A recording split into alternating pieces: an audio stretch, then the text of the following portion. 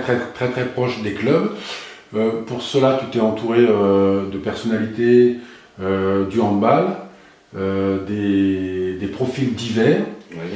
des passionnés, Je pense que je me suis entouré de gens et en connaissant, les connaissant, personnellement, plus ou moins de façon proche, mais bon, je connais bien sûr tous les membres de la liste que j'ai constituée, que j'ai l'honneur de représenter.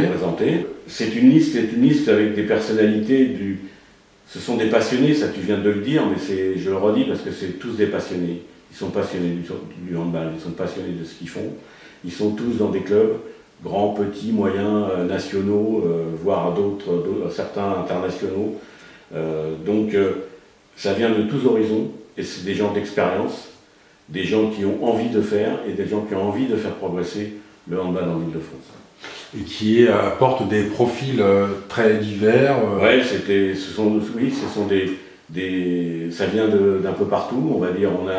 On a des gens qui travaillent dans des villes, on a des gens qui sont comme toi par exemple, qui est journaliste sportif ou journaliste de la presse économique. Voilà, on a des gens qui ont des responsabilités diverses aussi dans le handball. Hein.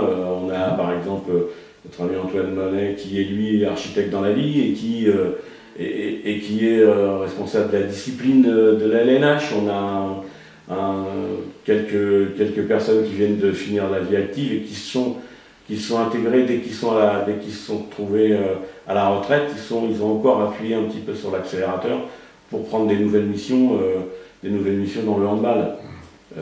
L'exemple de Daniel Henry qui est président de la commission de la LNH au niveau de la sportive.